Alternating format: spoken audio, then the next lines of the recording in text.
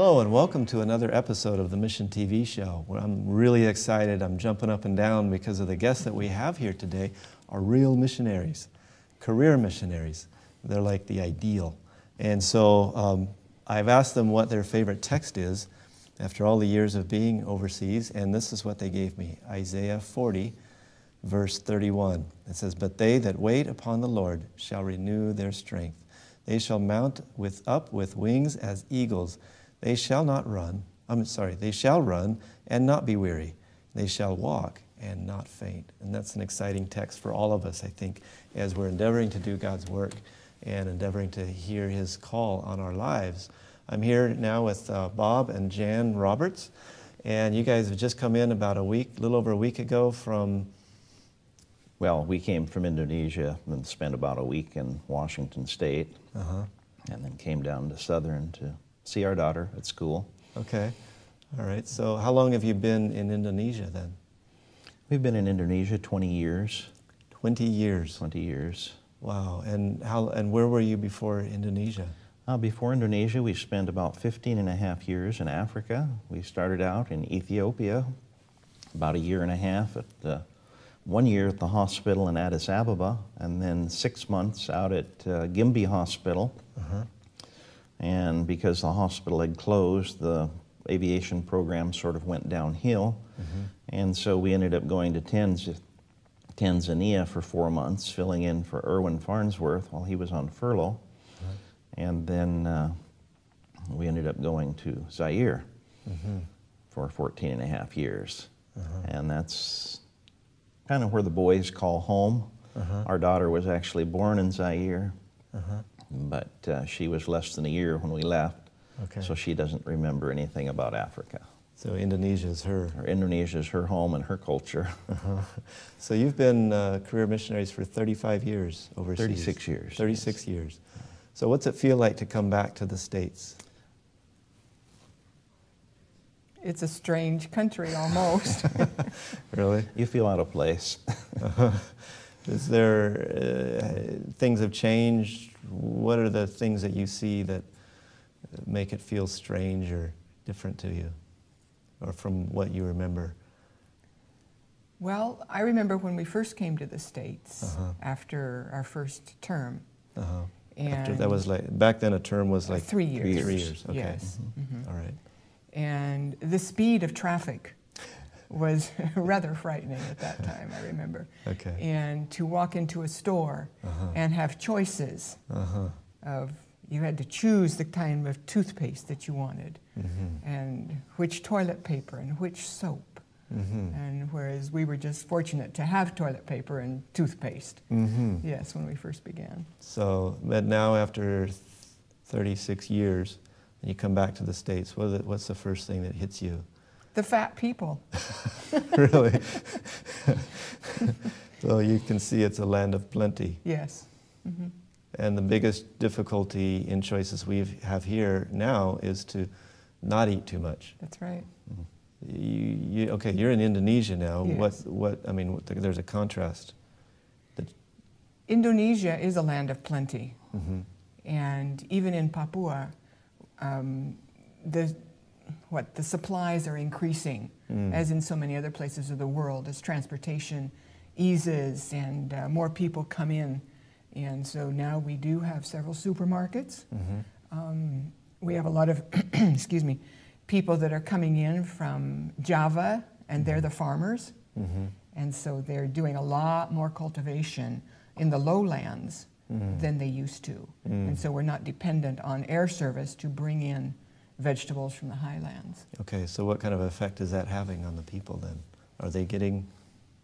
The people there are also starting to get larger because of all the snack foods and the fried foods, and we do see that making a difference. You've mentioned a couple of places in Indonesia. Describe Indonesia to us, because in my mind, trying to understand Indonesia was a bit of a challenge, because it's like spread out, and what's the difference between Indonesia, Malaysia, and the Philippines, Southeast Asia, all that stuff. Can you tell us about Indonesia?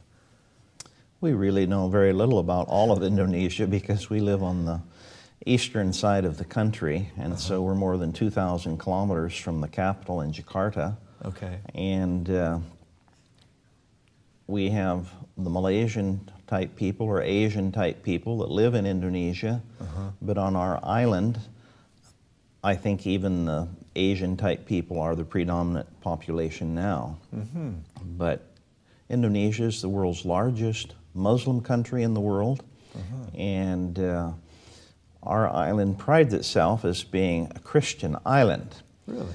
But I think if you were to do a poll today, a poll to see exactly how many Christians we had and how many Muslims, I think because of the people coming in from Sumatra and Java, we would have more Muslims today, and Papua even. Okay. So the word Java, what is that? It's a coffee, right?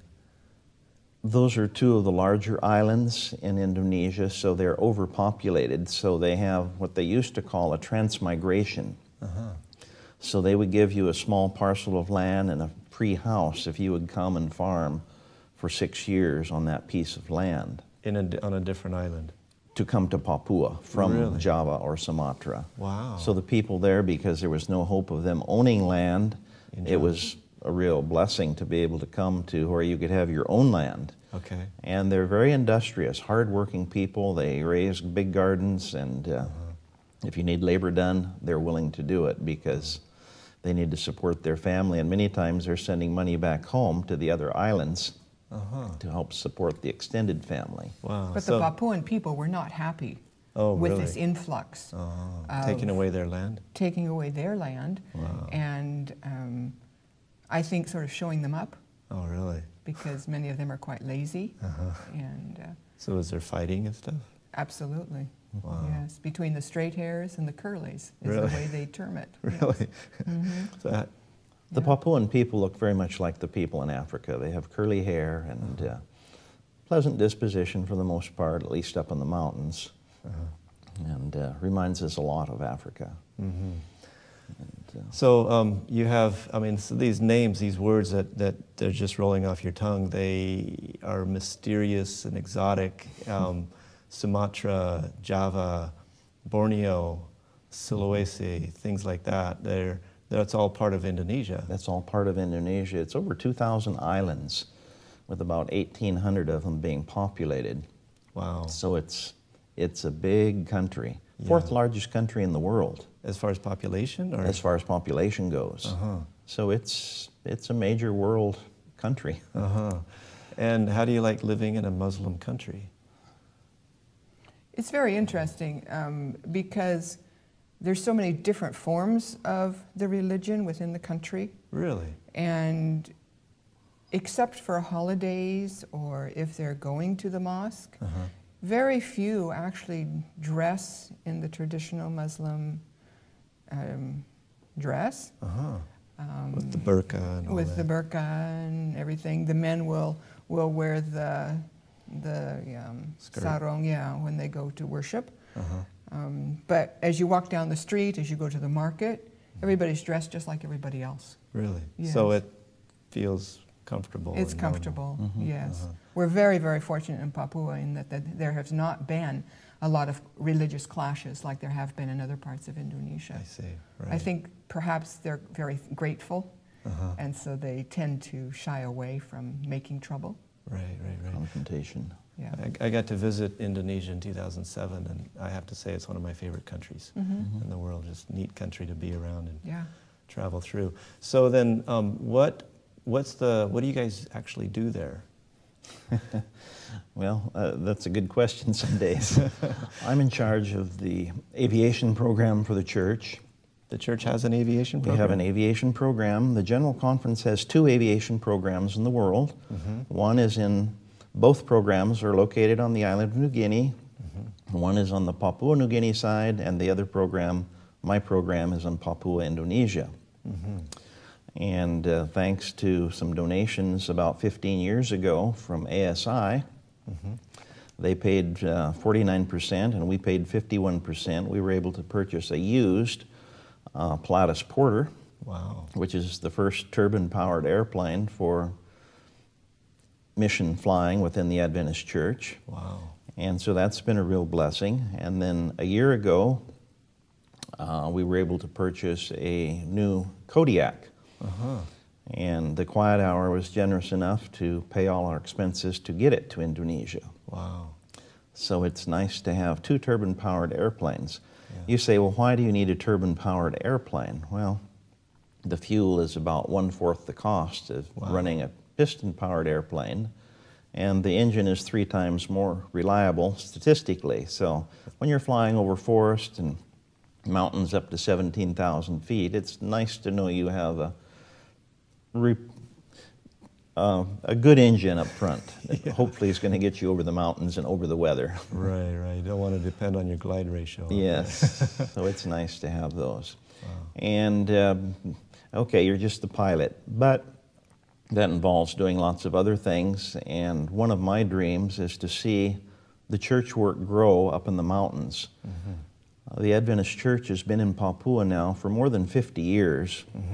We don't have one trained teacher from the mountains, and we don't have any trained pastors from the mountains. Wow. And you say, well, what difference does it make where you're from? Well, because there are so many different dialects spoken, about 245 different languages on our island, our half of the island. So it's really important that we have people that can share the gospel in their own language with these people, because most of them don't even read Bahasa Indonesian if they're up in the mountains. And so we need people to tell them the story of Jesus in their own language. And so I do a lot of transporting of some of our Bible workers and volunteers that work up in these areas, and of course assist with building of churches and things like that. And a lot of medical needs. There's no hospitals up in the mountains. So when these people get injured or have complications with a pregnancy, they need to come to get medical help. And you know, if they schedule the airplane, oh, we have a medical problem, and they have money to pay, then we're happy to accept some money for it. But if it's an emergency and you can tell they have no money, why? It's just a service we provide to get them some medical help and hopefully improve their lives. And maybe someday they'll be receptive to hearing about Jesus. Right, right, right. So what impact does the airplane have? Let's say if you flew a half hour, how long would that take in other... Well, probably a half hour on the airplane is 1 to 2 days, depending where you're at. Our island is very unique. We're surrounded by water, but then the land up till the mountains is quite swampy. And so if you're going to go inland, you need to go on a river by boat. Just to go cross country through the swamps is virtually impossible. So our population is centered around the coastal areas or up in the mountains in the highlands. And that's where we really need to increase our church presence in these highlands, and that's why the airplane is so necessary, because there's no roads. So everything goes by air. Whether it's building supplies, people, food, sick people, dead people, it all goes in the airplane. So without an airplane, the tribes up there are inaccessible? Inaccessible. Right. Wow. So you said how many languages are up there? 245 different dialects are spoken on our side of the island. What's the difference between a dialect and a language? Just like an accent, like Southern versus from Oregon? You like to clarify that? Dialects are, if I understand correctly, are a subcategory of languages. Okay. And so, like with the Wycliffe Bible translators, who are doing a terrific job out there, many of them are focusing more on local dialects and small people groups rather than working more within the Indonesian language. If you go to other parts of Indonesia, then you'll have Javanese and Manadonese, but as far as Papua goes, I don't think that there's a lot of huge language groups. There's some similarities between, and if one, and if they've translated the Bible, for instance, in one dialect, then there are other dialects that are closely related, and so the second or the third translation is much easier. faster. I see. Once that they have gotten the So basics. these 245 dialects, those are like one language group? Not one language group. There's several language groups in there. Yes, there's similarities between them, but there's many instances where people from this mountain cannot communicate with people from this mountain. Just a matter of a few miles. Wow. Well, one valley over, they might be able to communicate. They have some words in common. Go 2 valleys, and they can't communicate. So we're not linguists, so I can't give you all the details. That's fine. I don't want to hear it all. But how many of those languages have the Bible in them? The full Bible, yeah. Maybe 2 or 3. 2 or 3. 2 or 3. Now, what about like just the with New the New Testament? Testament, there's probably about 7 or 8. 7 or 8. Or maybe a few more than that. Okay, let's say 10. 10. Okay. Out of 245. Yes. Oh, we're almost done. And it takes an average of 20 years for these folks to be able to translate the New Testament, because many of them are going from zero. And they have to be able to put it into a written form before they can do the translation. It's a long, my hat goes off to them for their dedication in that. Now, one of our missionaries went over to Thailand, and before he was leaving, somebody came to him and said, this isn't the way we do missions anymore. You don't have to go yourself. You just give money to 3ABN, and the signal goes over there. Do these people have satellite dishes? Can they watch 3ABN? And if they could, would they understand it? I would guess that there's probably less than 0.5% that would watch 3ABN. It is available up in the mountains with the satellite dish, but most of them don't have the capability for 3ABN. There are other commercial channels that they can get with movies and things, and that's their first priority. The other problem is, and I think that it's being addressed, is most of 3ABN is in English, and so I think they're hopefully working on some things in Bahasa Indonesian, but that would be one of my dreams, to see Indonesia. We have capabilities of getting programs on national television. But at this point, it doesn't seem like we're really pushing ahead and doing that. And to me, that's the move of the 21st century, is to have things on television so the local people can receive the gospel in their language. But because it is a Muslim country, we have to be very careful in what we present. But all of the Christian Muslims that I know have become Christians because of the health message. That's been their first drawing point. So if we could present some good health programs with a little bit of spiritual emphasis on the side, I think it would be a real blessing in the evangelization of a Muslim country. And do you find that as a Seventh-day Adventist that there's extra connections with the Muslims and lifestyle and they appreciate the fact with lifestyle, that we don't eat pork, and they're very big on pork. And I don't fly pigs in my airplane, mainly because my Pilatus Porter doesn't have a cargo pod.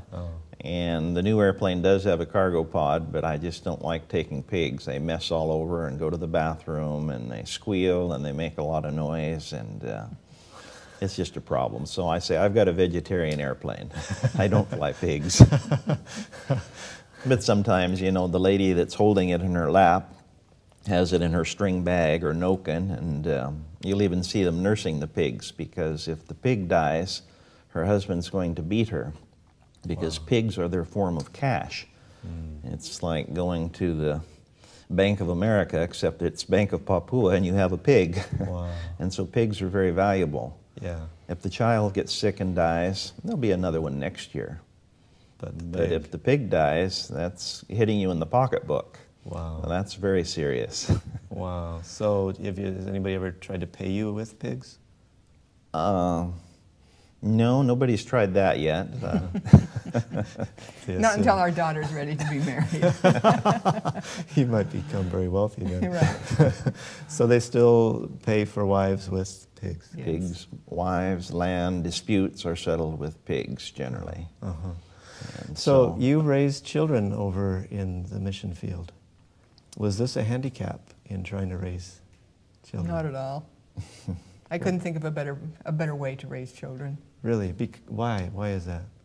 Well, the opportunities that they have to learn about different people, learn different languages, not having all the influences of television and peer pressures that they would feel here in the States.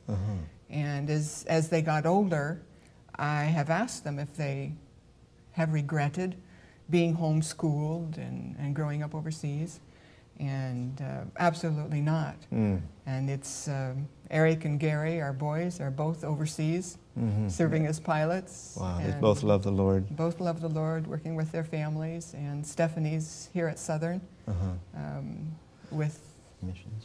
aspirations to be missionary as well. Wow. So in America, we lose about 3 out of 4 of our youth by the time they're 30.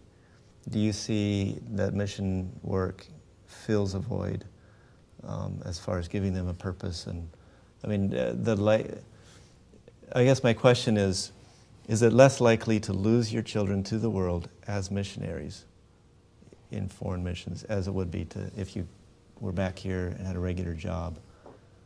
I don't think that we can answer that 100% Right. as a guarantee. I think it depends on a lot of things, just like it does anywhere.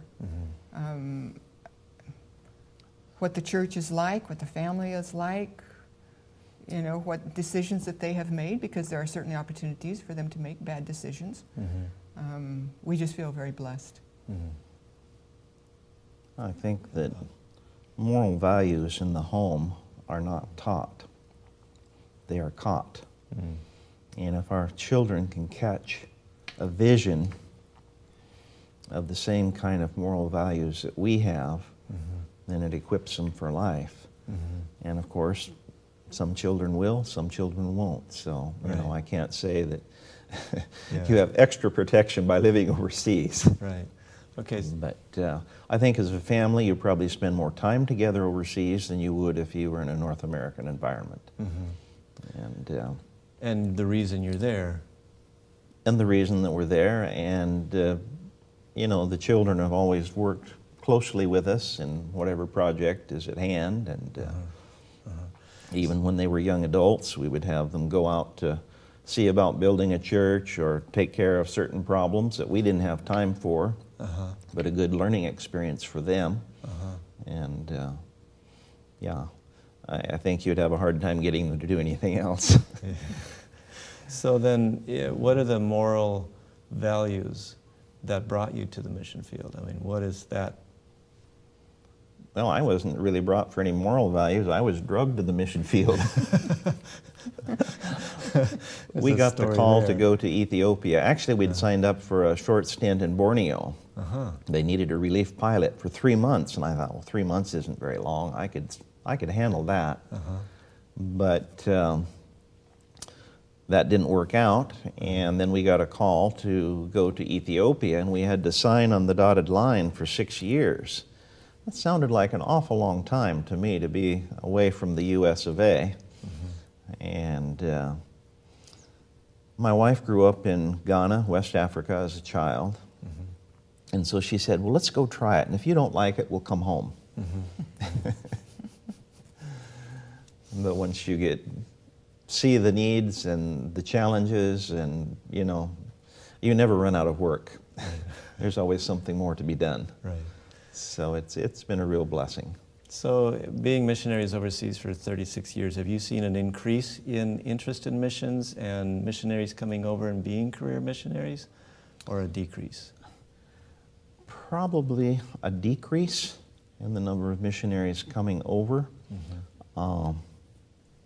I suppose some of that would be due to funding, that the funds are not available to send as many missionaries possibly. On the positive side, there are more nationals that are getting higher education and are able to take over some of these duties that missionaries used to perform. And so that is also changing. And I think job satisfaction is probably one of the reasons there's not as many missionaries. In the old days, before internet and satellite phones, if you went out to your post of duty, you were there for a year. You didn't see anybody, you didn't talk to anybody, you were in charge of the program, and it was either sink or swim. You had to make the program operate. But nowadays, with satellite phones and emails, why, you have people in the head office micromanaging what you're doing. And so I think it's more frustration than it used to be, because you have more people trying to tell you what to do. Which is, Mrs. White says, let hands off. Yeah. Right. And but we certainly have not regretted our 36 years. It's been a real challenge, and this last year has probably been more challenging than most, because we had a situation where our runway was closed for a period of time. Yeah, that would be hard. And so we couldn't operate the aviation program. There was plenty of other things for me to do, but you know, when you're there to do something and you see that you're paying insurance every day and other expenses, it's a little bit worrisome. Yeah. To see that you're wasting time and wasting money. Right. Do you see that there's opportunities or need for other missionaries, or is it all taken care of? Well, there's lots of cracks that still need to be filled. It probably depends who you talk to, because, you know, sometimes with our Western view, we can see, man, we need to get in and get this done, and we need to get in and get that done. Whereas other people that might be administrators and a different culture and a different world outlook than we have may think that this is being taken care of very adequately. So, you know, sometimes you have to kind of zip your lip and do a little more listening than talking, right. And be sensitive to their needs or their perceived needs, because they may not be the same view. But are there still people out there that have not had the opportunity? Just in our half of the island in Papua, we've reached the coastal areas pretty well. We have churches and pastors and workers in most of the coastal regions. But as I mentioned earlier, we've been more than 50 years, and up in the highlands, we don't have more than 5 or 6 churches and very few members, and we've trained no pastors from those areas. So I would just love to see us have 6 or 8 pastors trained from these mountain areas that can go back to their people and minister more effectively than any of us can do. Right. And that's what I see our role in Papua is, not so much getting out and preaching to these people, but supporting our national Bible workers and teachers and pastors to enable them to do the job that they can do much better than we can because of language and cultural differences, but they still need support and encouragement and these kinds of things. For those 245 languages. Yeah. Well, thank you so much. Is there anything that you would like to say as a closing, and as far as the mission work? I mean, there's so much to be done still. So much to be done. Don't think that it's over. There are needs galore. We could just go through and probably just name them. And that's just for a very small part of the world. And if you multiply that in all parts of the world, and I think of where our son is serving in Chad, the tremendous needs there. Our other son is also serving in Papua, and he's reaching a whole different segment of people than we are, with opportunities there to witness. And so whether you're an overseas missionary or a local missionary, God still needs us to go out and spread the word. So when you look at Matthew 24:14, this gospel of the kingdom shall be preached to all the world, do you see that as happening in the next 6 months? The way things are currently going, how long would it take? Well, we certainly can't put a date to it, can Sure. we? We can't say. But I it mean, just like, seems like the needs are so huge that to us we can say, how will this ever happen? Exactly. When will the end come? How will we ever reach all of these people? Right. Even some of the new technological advances like these God pods that Faith for Today has done in Papua New Guinea, and just little electronic things like that. We have one young man up in the mountains, doesn't read, he's illiterate, but he memorizes Scripture. And then he hikes over the mountain into the next valleys to tell them what he knows about the Bible, to repeat these texts for them and preach to them, and then he comes back, learns a few more texts, and goes back over the mountains. Wow. And so, you know, there's people that are still, God is touching their heart Right. to be witnesses. Yeah. And many of the Bible workers that we take out, I look at them, you know, and they're well dressed and they're very articulate, and I think, man, this guy's really going to do a great job in his village. Uh-huh. But you know, oftentimes they get there and they kind of fizzle. They really don't do that much. But then you take the fella that's barefoot and maybe hasn't taken a bath for a couple days, and you look at him and say, man, this guy doesn't look like a good candidate to go out and set the world on fire for Jesus. But you know, those are the guys that go out and within a few months they have 30 or 40 people ready for baptism, and they're very active. So Wow. That's the Lord can use anyone. Anybody, yeah, if they're Even humble. me. Praise the Lord for that. Well, thank you so much for joining us here today. Thank you. And we're just excited about your life ministry and your life career, and we just, I consider you heroes. So I don't know you very well, but just, you know, it's so rare to meet somebody that's had this kind of experience and is still involved with it, and their children and everything. So anyway, thank you for joining us here on the Mission TV show. We look forward to seeing you again soon. Bye-bye.